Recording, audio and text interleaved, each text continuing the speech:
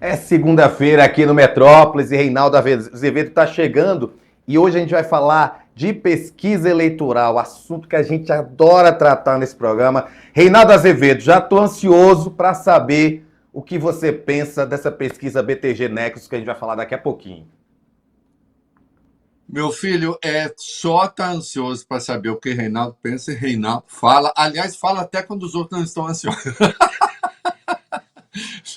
Eu deveria falar só quando há economizar um pouquinho de voz, mas vamos tratar do assunto sim. Tem números interessantes aí, né? Para a gente pensar. Disse a pesquisa é da BTG Nexus, foi divulgada hoje, e os números estão assim para o primeiro turno. Lula aparece com 41%, Flávio Bolsonaro 36%, Romeu Zema 4%, Ronaldo Caiado 3%, Renan Santos também 3%, Augusto Cury 2%, Waldo Rebelo com 1%, Cabo Daciolo com 1%, brancos e nulos somam 6% e não responderam 2%. A margem de erro é de 2 pontos percentuais para mais ou para menos. Reinaldo, o que é que você achou desses números? Bom, duas coisas aí. Primeiro que havia uma aposta, vamos ver, né? Tá sempre a aposta. Lula vai derreter em razão. Tá? Parece que há uma estabilidade. Né? Ele manteve, por exemplo, os menos 41% em relação ao levantamento do mês passado. Né? E o Flávio, a disparada, tá, não sei o quê, porque as pessoas ficam animadas, né, Rafael? Você sabe, ânimo é uma coisa importante, né? É importante acreditar. E Flávio pode vencer até no primeiro turno, tem gente falando essas coisas, né? É, e a gente nota que ele oscilou de 38 para 36, dentro da margem de erro. Então, há uma estabilidade do quadro em relação ao mês passado. E aí, veja você. Não, vamos fazer o seguinte, Rafa. Vamos dar o segundo turno, que assim a gente já dá todo o resultado. E aí eu vou engatar aqui uma questão importante. É isso, tem a simulação do segundo turno. Nesse segundo turno, tem um empate técnico entre Lula e o Flávio Bolsonaro. Lula aparece com 46%, Flávio Bolsonaro com 45%, brancos e nulos 8%, não responderam 1% e, de novo, margem de erro de 2% percentuais para mais ou para menos. E também ele aparece em empate técnico, só que aí já numa distância maior, com Zema e Ronaldo Caiado, 4, 5 pontos de diferença, o que também é esperado, porque, enfim, é o antilulismo, o antipetismo e tal.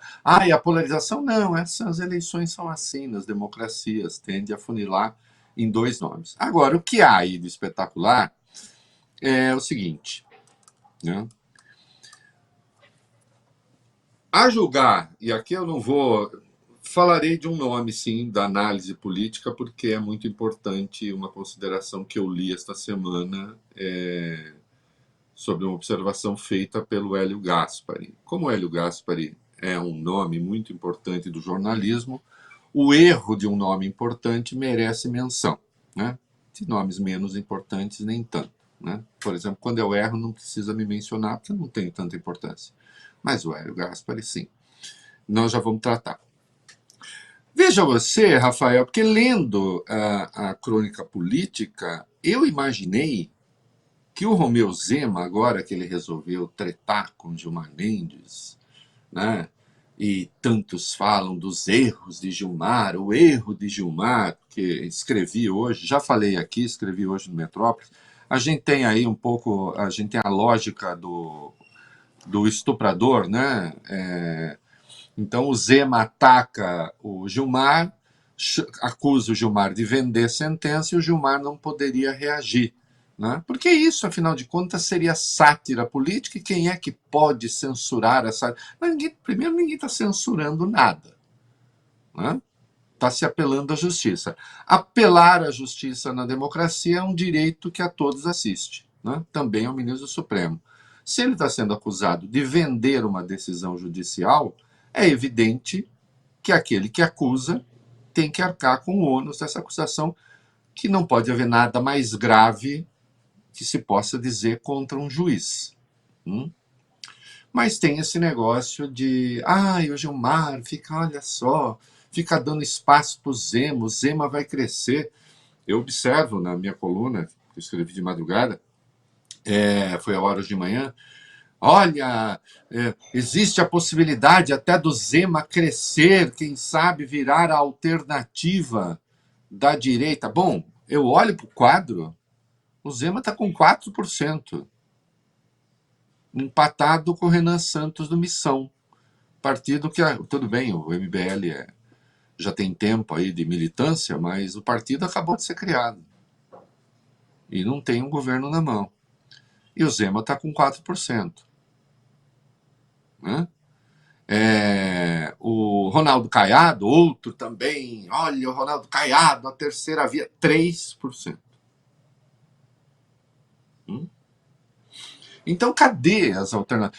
Cadê a sede de alternativas, meu querido Rafael? Porque eu fico, assim, sempre que vem a teoria, a tese da polarização, eu penso, eu falo assim, mas essa angústia que tem o nosso extremismo de centro, que é uma corrente política que o Brasil inventou, só tem aqui. Né? Tem aquela máxima de que como é que é?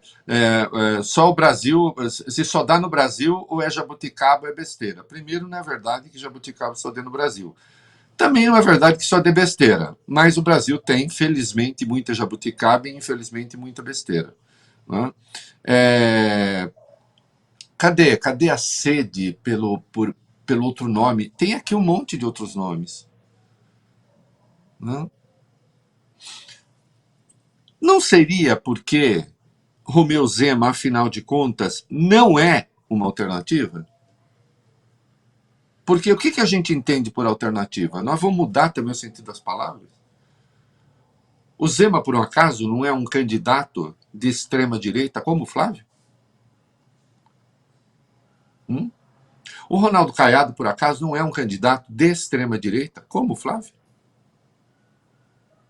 E os outros candidatos que estão aí postos não estão falando coisas de extrema-direita, a exemplo do Flávio? Sabe por quê?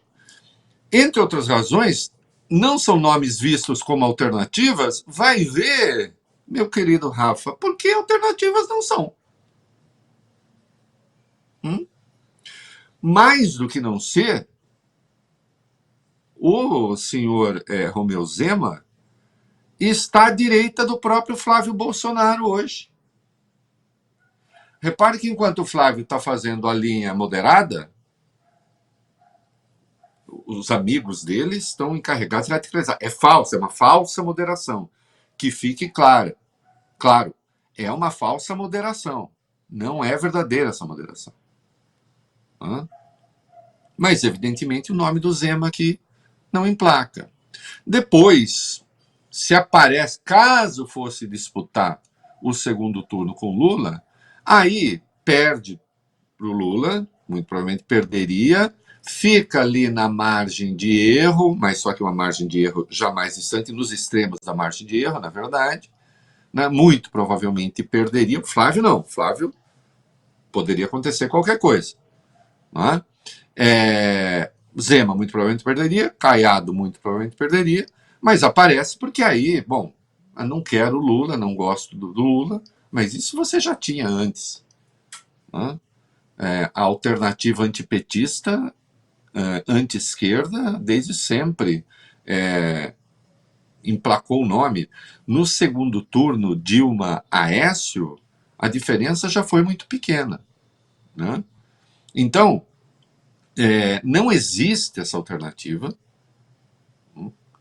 E se fosse para o segundo turno, Zema não vai para o segundo turno se disputar. Caiado não vai para o segundo turno se disputar. Pode desabar o céu. Tomara que não aconteça. Não vai. Não vai. Isso não vai acontecer.